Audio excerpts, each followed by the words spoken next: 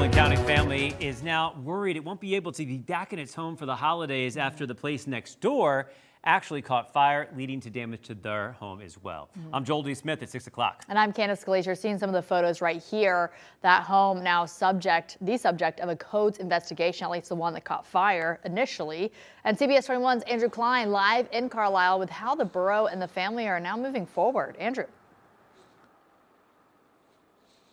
Well, Joel D. Candace, it was a normal night in November. The Chang family was asleep in their home behind me when somebody allegedly living next door fell asleep while making a chicken patty in the neighboring recovery home. Now, Maureen did tell me that her and her family were able to make it out safely that night, but it wasn't the first time they had issues with the recovery home next door. It's places like this that gives all recovery homes a bad name. Maureen Chang and her family have lived in this house since 2018. And in the last 2 years, a recovery home has opened up next door. We've reported a couple times. I think the last time was back in October of 2024. Last month's fire led to smoke pouring over into Maureen and her family's home. They were able to make it out safely, but the inside of their home is uninhabitable. Now she's calling out the recovery center's owner after she claims that there were too many people living inside. I am upset that it's just not monitored more properly.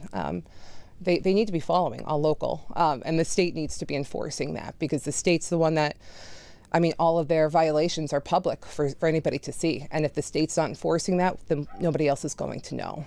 Carlisle's codes department is investigating the home for, quote, occupancy or codes violations. The home was licensed by the State Department of Drug and Alcohol Programs, which says homes must follow local zoning rules. In this case, the max number of people allowed to be living there is 10, according to borough regulations. Maureen says the resident is not to blame. I'm actually not mad at the resident who actually was caught shoplifting that day at the liquor store, and he was allowed back in.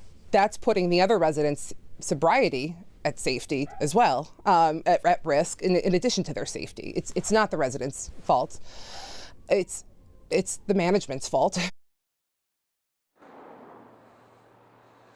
And I reached out to the owner of that recovery home next door earlier today to see if she knew how many people were inside the home at the time of the fire, but I never heard back. Live in Cumberland County, Andrew Klein, CBS 21 News.